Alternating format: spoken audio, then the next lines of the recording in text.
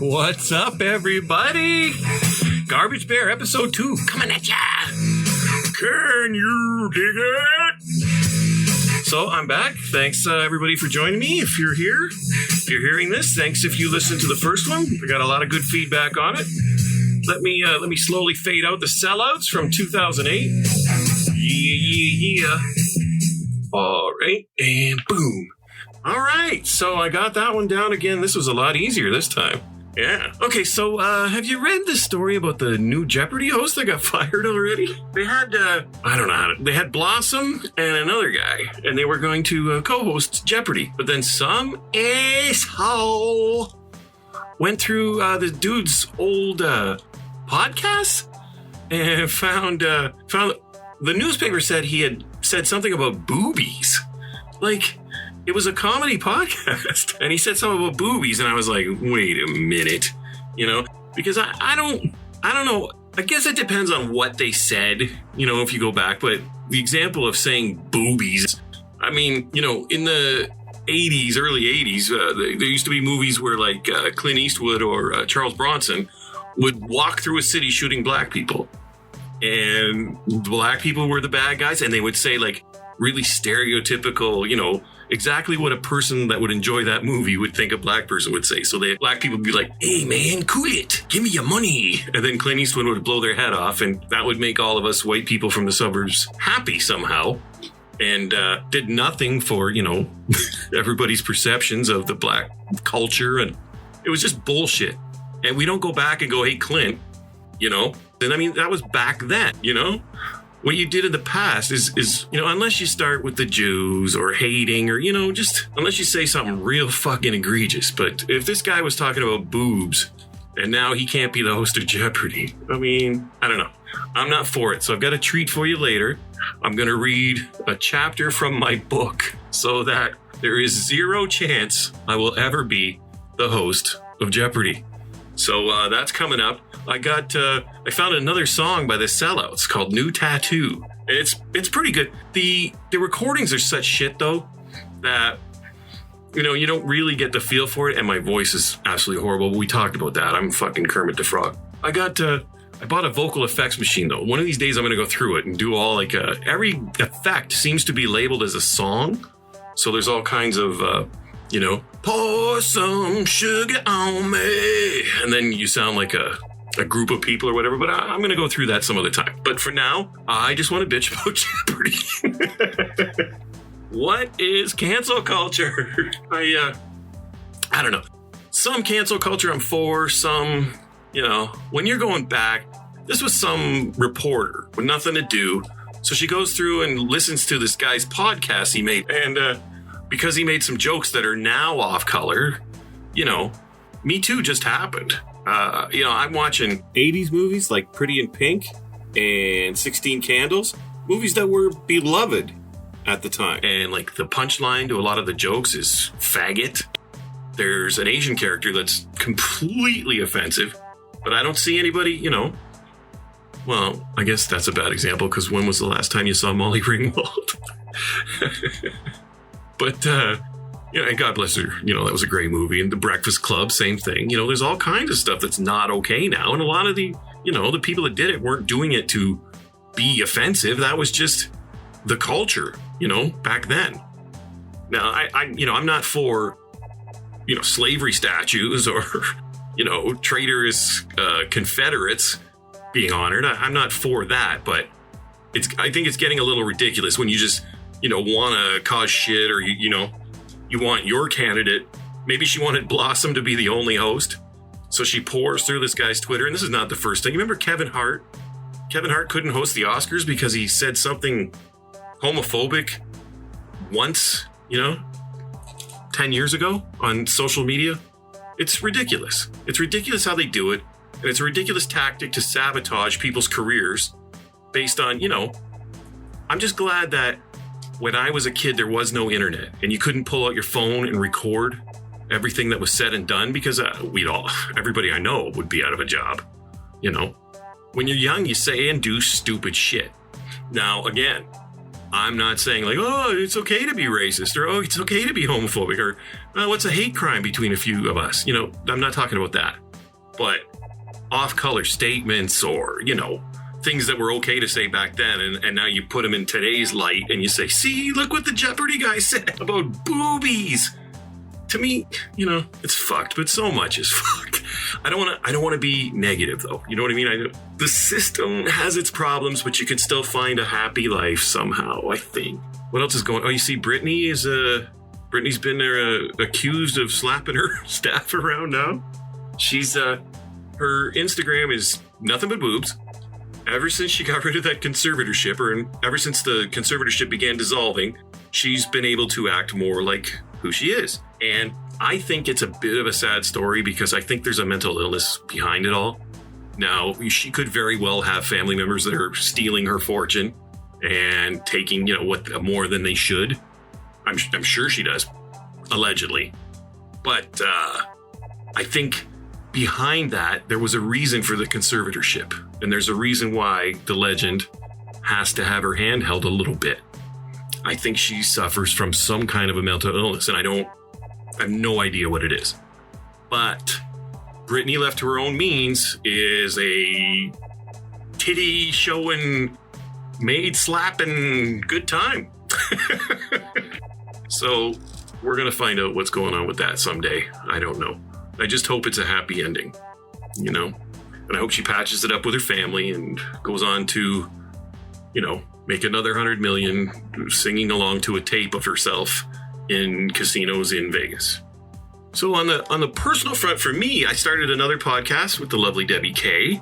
It's about relationships because I'm so bad at them. I'm actually, I brought in someone who knows a thing or two, and I'm just going to get educated alongside the listener. A podcast called People You Unfriended. Advice from people you unfriended. So watch for that. That's coming soon. I've got Garbage Bear here. I'm thinking about taking a direction with Garbage Bear where I interview people who have survived. I love survival stories. Do you love survival stories? I love them. So if you're listening to this and you've survived something, if it's trauma, if it's a life story, if it's an accident, whatever it is, and you want to tell your story, I would love to interview you. You can come sit in the studio here, or I can do it on the phone, but just contact me through the YouTube channel, or you can find me on Facebook. My name is Andre Cordamage. My company is Big Media Buzz. That's where I do my professional boxing work. You can find me. And I want to hear from you. If you've got a real good survival story, I'm listening. Actually, if you got any kind of story, as long as it's, funny or intense or, something people would want to listen to, I'm dying to hear it. Because, I'm not going to make every episode my attempt at losing the Jeopardy job by saying all kinds of shit about myself. Why don't you come in and lose the Jeopardy job too with me so we can both be former hosts of Jeopardy? What is off-color stories on Twitter got me fired? Okay, so without further ado, I'm going to read you a story from the autobiography I'm working on. And I let a friend read it and they said it's horrifying. So, because all the crazy things I did back then, I'm not that person anymore. And it's not like I'm fucking proud of it or anything. It's just, it happened and I'm not ashamed of it. And I'll tell the stories. So yeah, I'm going to read you a story, a chapter from my autobiography I've started. It's kind of like a survival story. It's, my story of the growing up a little fucked up and taking that out in the world and trying to, when I was a kid, I said, as long as my life is like a great movie, as long as a lot of shit happens and I've got all kinds of stories, I'm going to be okay when death comes. And so I've lived like that. And so I've been someone down for weird or, even really intense stuff. Nobody ever gets hurt. At least I never intentionally hurt anyone, and I don't participate in anything that would hurt someone. But yeah, things got a little off color, and I hope you enjoy the story. What should I say? This is based on true events, because I don't want you looking for whoever, trying to figure out who they are or whatever. Some people are amalgamated together. Every name has been changed. Events are close but not dead on. But all the important shit is still left in. But yeah, I'm telling this story just for your interest, and I hope you like it. It's It's not for everyone. So, trigger warning, you're about to read some pretty crazy party stories from the early 80s. I hope you like them. I'll be back next week with a brand new Garbage Bear. I don't know if I'll have a guest or something planned out. Maybe we'll go through. I'm not gonna take you through that Tattoo You song, or no, that new tattoo song by the Sellouts. I've got it. I will play it, but I'm the only one who will find it interesting. So I'm gonna keep that from you for this week. And without further ado, this is Andre Courtemage reading a chapter from his autobiography, not yet published. I'll see you guys next week. Be good, and thank you for listening once again. I'm standing in a motel bathroom in El Paso, Texas, waiting for the drug dealers neither of us has ever met to arrive. I have a gun in my hand. The outlaw biker and convicted murderer I was with says my instructions are to come out blasting if there's any trouble. I didn't even know how to turn the damn gun on, let alone shoot some with it. But now here I am in this bathroom in the very real situation of maybe having to shoot a bunch of dangerous people who will also be trying to shoot me just to survive. I remember holding the gun in my hand, looking in the mirror and trying to decide if I really was this person. Fortunately, I lived to tell this tale, as did the nice Mennonite family of drug dealers who ended up knocking on our room door that day. Some background. Late 1980s, Kingsville, Ontario. Kingsville is a small town in southwestern Ontario on the shores of Lake Erie and not far from the city of Windsor and Detroit, Michigan. Loretta lived in an apartment above a clothing store in downtown Kingsville. I met her through her daughters, Buttercup and Rachel, whom I got to know because we all hung out at the local pool hall. I've noticed if one kid gets attention for being one way, the other kid will almost certainly get their attention by being the exact opposite. Buttercup was very pretty with dyed blonde hair and her father's sneaky gap-tooth smile. Like her father, if Buttercup wasn't careful, she would quickly gain weight. She tended to balloon when she was in a relationship and then lose it all quickly and go back to being drop-dead gorgeous when it was time to reset the trap. Buttercup had a very sexual sense of humor and loved anything gross. She liked to drink and could be very sensitive with a bad temper. Buttercup had Lorraine's smarts and all of her craziness. She often made outrageously bad decisions and seemed to carry a lot of anger under the surface. But like everyone else in the family, she was also a very funny person. Buttercup got pregnant by age 14 and moved out of Loretta's soon after I met her. Rachel was also a very pretty girl with iceberg blue eyes and long black hair. Rachel had the family sense of humor, but unlike Buttercup, Rachel had Loretta's thin figure and all her emotional iciness. Everyone liked Rachel, but she could be so cold at times that some called her Iceberg. I forgot to change that name. Rachel wasn't a big drinker or the person at the party doing crazy things. Rachel was the pretty girl in the corner laughing at everyone. She loved to laugh at other people's craziness so much she would often be the one provoking them to go even further for her enjoyment. Rachel loved money. She was the kind of kid who would hold on to and save money even back then. She grew up to do well for herself, investing in property. I'll always love Rachel as a sister. There were lots of times she saved me growing up. You can tell Rachel anything and she will just laugh. I started visiting Loretta more and more as I got to know her. I thought she was funny and spontaneous, and she seemed to actually care about me. In fact, back then she did. Loretta would have been mid-30s in the late 80s. She was a highly intelligent, very pretty redhead with a dark sense of humor and an endearingly evil laugh. She was a vision of rebellious beauty in her leather jackets and tight jeans, and to me, as a 19 to 20-year-old, she was someone I really looked up to. I wouldn't say I was sexually attracted to Loretta, but I was going to find someone my age who was just like her someday. Loretta told stories like not taking her psych meds and driving her car through an ex-boyfriend's living room wall during an argument, which she did and I believe was hospitalized for. But she did it in a way that was so funny, you kind of missed the violence inherent in the story. She was rough around the edges, but she was beautiful and she had a good heart.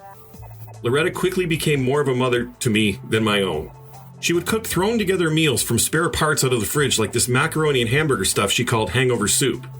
Me and a cast of ever-changing characters from town, usually ones Rachel had brought home, would pile on her sectional couch and watch VCR movies with her, and eat and talk and break each other's balls constantly. It was nice. In addition to the young people Rachel brought over, Loretta always had an odd assortment of characters her age coming and going, some of them her boyfriends, some male or female friends. They were a rogues gallery of the town's misfits and outlaws. They would tell stories of outrageous parties back in the day, and sometimes get too drunk and fall through the glass coffee table. Every day and night at Loretta's were new adventures, with the only common thread being that no one ever seemed to take their foot off the gas pedal toward insanity. Think of it like the show Shameless, but with real everything. I was finally home there. Loretta and I got so close she used to take me on her occasional out-of-town adventures. On one of the more memorable outings, I went to my first gay bar with Loretta and ended up emceeing Drag Queen Spaghetti Wrestling Night. Loretta announced one night that we were going to a gay bar in the city. Remember, I was a hick from a pre-internet small town. I'd heard of gay people, never knowingly seen any, and now there I was, sipping a beer at my table while two men were tongue-kissing passionately about 10 feet away.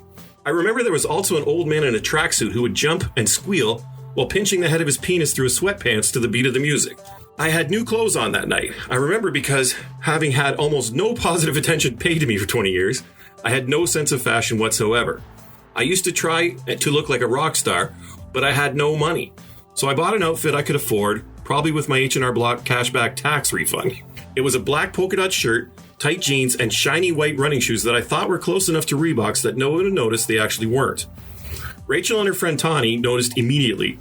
"Rebounds!" They cackled at me as they pointed at my shoes. "What the fuck are rebounds? Ha ha ha ha ha!" Anyway, Drag Queen Spaghetti Wrestling mostly consisted of two men dressed up like beautiful women who would wrestle in a giant box of spaghetti until they had torn each other's clothes off and were basically reduced to two shirtless dudes covered in tomato sauce. It was amusing though. Well, at some point, one of the drag queens said something about there being no ring announcer. So Loretta pipes up, "This guy here is a stand-up comedian, he'll do it." She meant me. I was no comedian, not really. I had already done some open mics and done okay, I guess. But I was drunk, and in what would later become the central theme of my young adult personality, I knew that making Loretta laugh made her love me more. In fact, I learned that by doing outrageous things made everyone like me more. Back then, I was the fucking king of Kingsville. I knew everyone, and there were few in town I didn't have at least a friendly rapport with. All the crazy shit I did made people laugh, and everyone loves someone who makes them laugh. Everybody from town back then has at least one Andre story. I used to walk down the streets and wave to almost every car as I went by. When I moved to the city later, I tried that shit and got the finger by car number 3. Third car, shot me the finger. Loretta told him I could be ring announcer, so I jumped up and did what I think is a pretty good job introducing the combatants for the rest of the night, mixing in some jokes here and there. I must have done well because at the end of the night, the owner of the bar asked me to come downstairs for a chat. What I didn't know was that downstairs at this place was a male strip bar for men to dance naked for other men. I was sitting in a booth across from the owner while he talked to me about hosting more of these events. But what must have happened is that one of the dancers, whose stage name was The Donkey, for obvious reasons, saw the owner talking to someone who must be important and started putting on a private show just for us. The owner guy is giving me his ideas for my new role at the club, while the donkey is gyrating his hips and whipping his gigantic police flashlight of a penis around in a circle close to my head. The thing was so big it was literally making a sound as it whizzed by my ear. I have no idea what the owner said to me that night, but I think I left it at "I will let you know" and got out of there. Later that night, Loretta and I went to one of the drag queens' homes for a party. I ended up in a hot tub and then I let one of the drag queens blow me. Well, sort of. And this is the night I figured out I'm not even a little gay. The drag queen's name was Trixie, but he was Mark in everyday life. I remember he was a nice person. We were sitting in this hot tub and he was telling me stories about getting screwed in the ass, but he was telling them like they were trips to heaven. I don't find even a doctor's finger heavenly. He kept asking me how I know I'm not gay if I never try it. Mark finally gave up. We talked a little more and I went home that night a confirmed straight man. Epic nights like that became the norm with Loretta. I learned that the more outrageously I behaved, the more I endeared myself to her, and so I pushed the gas pedal more and more until I was a raving lunatic. A funny raving lunatic with a 30-something-year-old redhead for a surrogate mother cackling delightfully at every turn. To be honest, Loretta didn't start me down this path, though. I was already pretty crazy. I was starved for attention and would do anything to get some. Loretta was more the accelerant to an already burning campfire. One of my habits I developed in my teens was to get naked at parties and at people's homes unexpectedly at any time. I became town famous for that and did it hundreds of times. It started with walking into convenience stores naked. The first time I walked into a convenience store naked, I was with a big group of guys. My party crew at the time, good guys.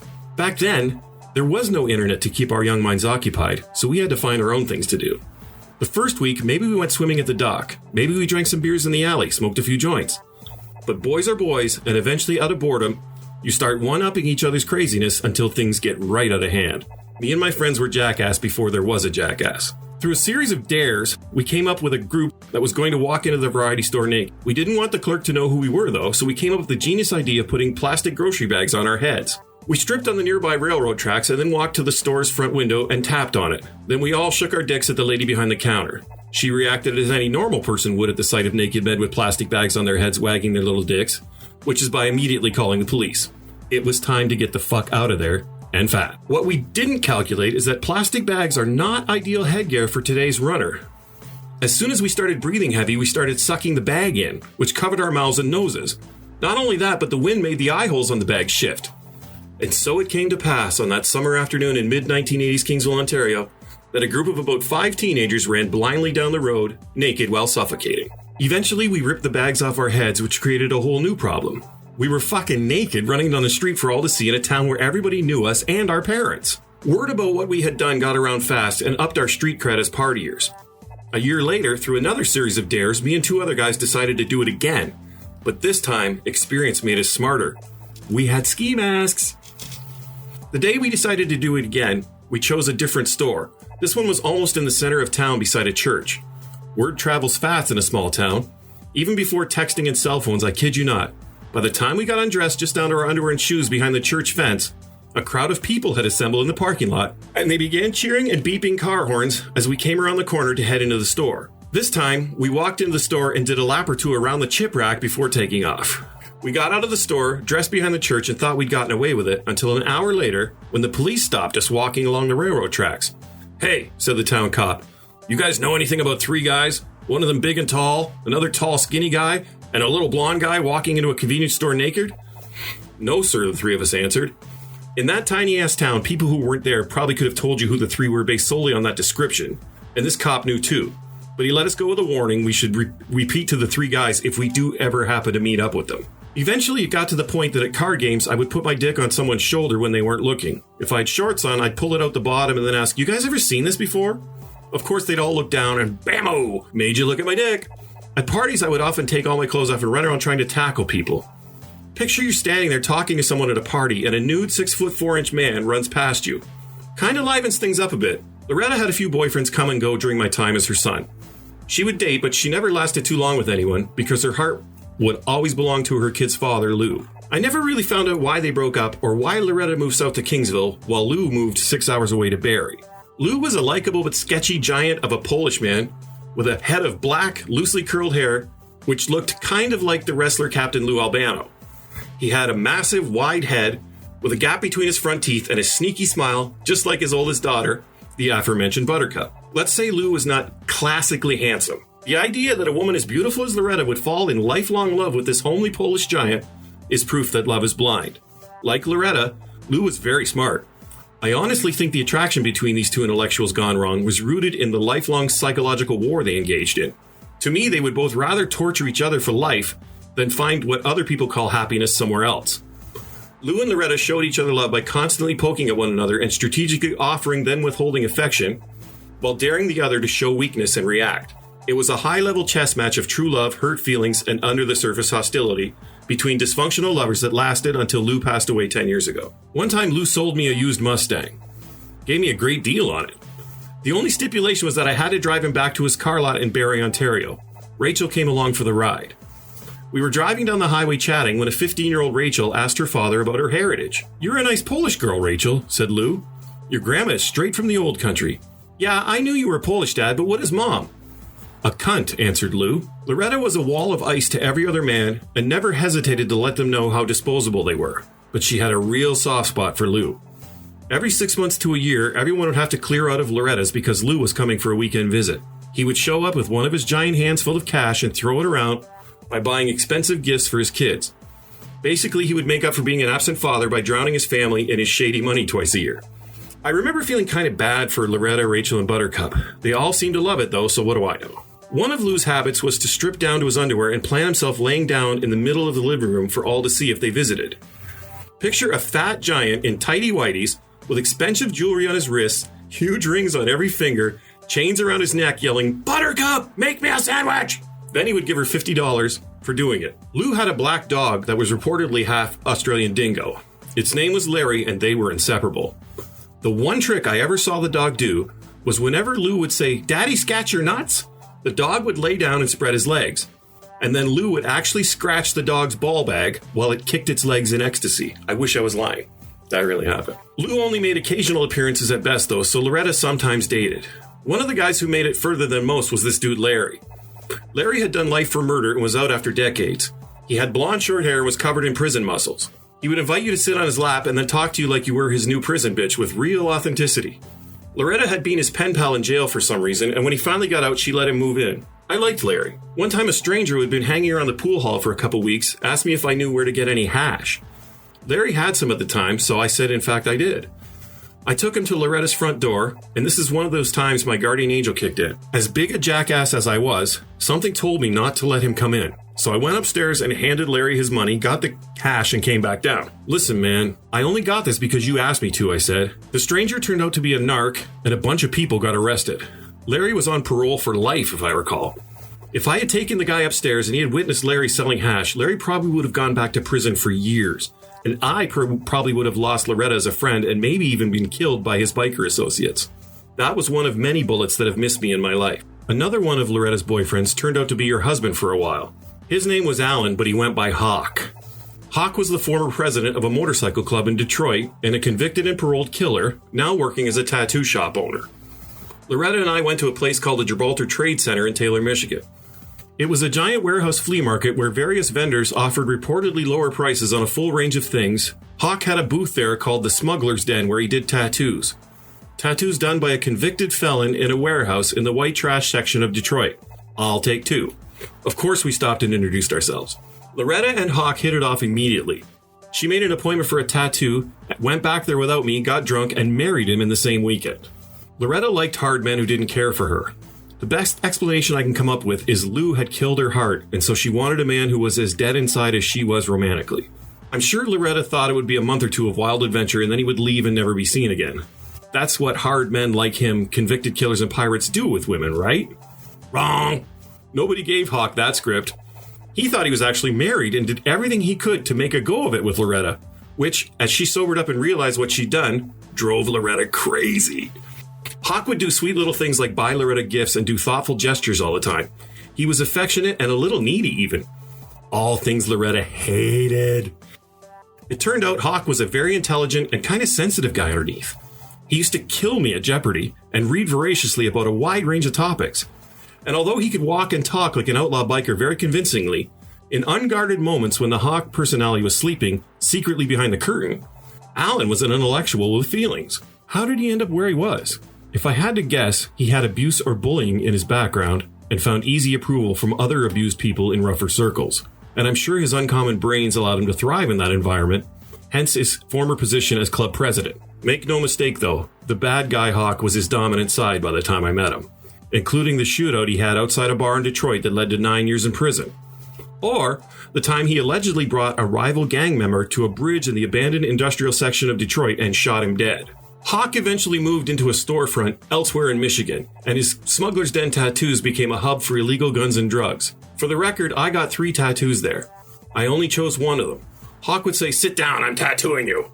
And I would just sit down. Fucking crazy. One was a wing with an eye on it that wasn't bad. It had zero meaning to me, but whatever. It was the nicest one of the 3. The second was a black skeleton dancing with a hat and a martini glass just below the eye wing thing on my shoulder. I think it turned out to be the Social Distortion logo, but I didn't know that. On my other shoulder was the one I chose, Marilyn Monroe. Except, Alan Hawk was fucked up when he did it. Sober, he wasn't a bad tattoo guy, and he swore he was okay when he told me to pick a tattoo. He was not fucking okay. He mistook the eyelash for an eyebrow and made it really thick and black, and then realized that was the eyelash. So he drew another eyebrow just above it. Then he accidentally started coloring the lips in black before he caught it and changed to red. And so, on my right shoulder for about 10 years, I walked around with a 5-eyed Marilyn Monroe with a big cold sore on her lip. It was so bad when I got it covered up in 2008, the before and after pic made it into a tattoo magazine. It was that bad. Seeing what Alan was like privately, as opposed to the Vikings she thought she had married, made Loretta seethe. A man she perceived as weak was the lowest scoundrel on earth, and here she was, watching a man read a paperback while stirring his coffee way too long. Something had to give, and soon enough she was openly talking about poisoning him. I remember she said she had even begun putting nutmeg in his coffee in increasing doses, getting him used to the taste, because she heard it would eventually be enough to be fatal. The tension between the two, with Hawk trying to be a loving husband and Loretta flatly rejecting his affection, became unbearable, and I started to stay away more. By that time, I had enrolled and been accepted into college. I'll get to that chapter, but first we need to finish up the gun in El Paso story now that you know some characters and context. Hawk calls me and he says, "Hey, I'm driving a classic car to El Paso tomorrow. You want to help me drive it there? I'll give you $750 US. Hell yeah, I said. I'd never been any further than Detroit in the US at that time. Easy money, let's do it. I met Hawk at his tattoo shop and we jumped in and started the long drive. I think we were in about Oklahoma when it hit me. I was not a car guy. I don't know shit about cars, but looking around it suddenly hit me. Hawk, I said, this isn't a classic car. This is an Oldsmobile. There's $100,000 welded into the gas tank. That's fucking classic, laughed Hawk. We're going to give it to some people, and they're going to weld a load of marijuana in the gas tank, and then we're driving it back to Michigan. Oh my fucking God. So we drove and drove until we got to mountains about a day later. I remember being terrified of them. They were the biggest things I'd ever seen on Earth. They were not helping my anxiety at all. The night sky is huge in Texas. Along the way, Hawk said he was going to pull over in the desert and teach me how to shoot. I've never had much fascination with guns either. I had a BB and pellet gun as a kid, but that didn't sound like much fun, I thought to myself. We get to a shitty little hotel in El Paso exhausted. These people are coming in a few minutes, said Hawk. I want you to take this handgun into the bathroom, and if anything goes wrong, you come out blasting, understood? Okay, I said quietly. I'm in this bathroom, shitting my pants, and definitely not going to come out blasting. I'm going to hide in the tub like a normal sane idiot who ended up in this situation. The knock at the door came. Hawk answered. It was a nice Mennonite family with their kids. Andre, come out and say hello, said Hawk, as though I was in the bathroom combing my hair. Anyway, the family took our car and their car and headed back over the Mexican border where they were going to weld the drugs into the fake gas tank and return it to us. They left us a sample of the weed to enjoy as we waited and waited and waited. Apparently what happened is they parked the car somewhere they shouldn't have and it got towed away. So they had to bribe someone to release it, and that added a day or two to the process. So there I am stuck with this murderer biker guy in a shitty hotel near the Mexican border with nothing to do but smoke this weed. Holy fuck was that good weed though. A couple puffs and you were in space. I remember I smoked like half a joint and started walking. I ended up in a movie theater watching a movie called Stargate starring the shemale from Crying Game. I barely understood English, I was so high. Finally the family came back, just the husband this time. He gives us the car and we are good to get the hell out of there. It's over. I get to go home. We made it about 5 miles before we were pulled over. Oh fuck, oh fuck, oh fuck, I said as the cop walked to the car. Shut up and let me do the talking, said Hawk. Good afternoon, gentlemen, said the border patrol officer, not cop. We are looking for illegal aliens. Do you have any in the car? No, sir, we both said. Do you mind if we search the car? Oh fuck, oh fuck, oh fuck, I thought to myself. No, go ahead, said Hawk. Crazy balls of steel in this guy. I would have confessed in tears by now. They took a stick with a mirror on it and ran it around the underside of the car, looked in the trunk and found nothing irregular. You're free to go, they said. Mexican Mennonites are excellent welders, apparently. After a few hours, I took over driving for Hawk, who said he was sleepy. Expecting me to take a huge chunk of the driving on while he slept, he gave me these pills called beans that were supposed to keep me up all night. They did. But Hawk fell asleep facing me, and he was blowing his breath in my face all fucking night and into the next morning, and it smelled like garlic. Fucking garlic. To this day, I can't take that smell. You know how you drank vodka or whatever at the school dance, and now you can't even smell it or you get sick? That's garlic for me now because of this guy. The combination of garlic biker breath and those fucking pills that made me aware of my hair growing finally got to me, and I pulled over and barfed my fucking guts out. Hawk drove the rest of the way home, kind of mad at me. He gave me my $750 when we got to Michigan. I went home, grabbed a friend, and spent most of it that night at a strip bar. I was just handing money to this cute shooter girl by the end of the night. I was so hammered. Hundreds of dollars. She saw me at a bar about a month later, and I caught her pointing at me to her friend and laughing. Hawk and Loretta broke up, finally, about a year after that. I heard he got a new partner to make the next pot run to El Paso. They got caught, and he went back to prison for years. I never saw him again. Hopefully he has changed back into Alan for good. The Loretta part of my story is mostly over now, especially as friends.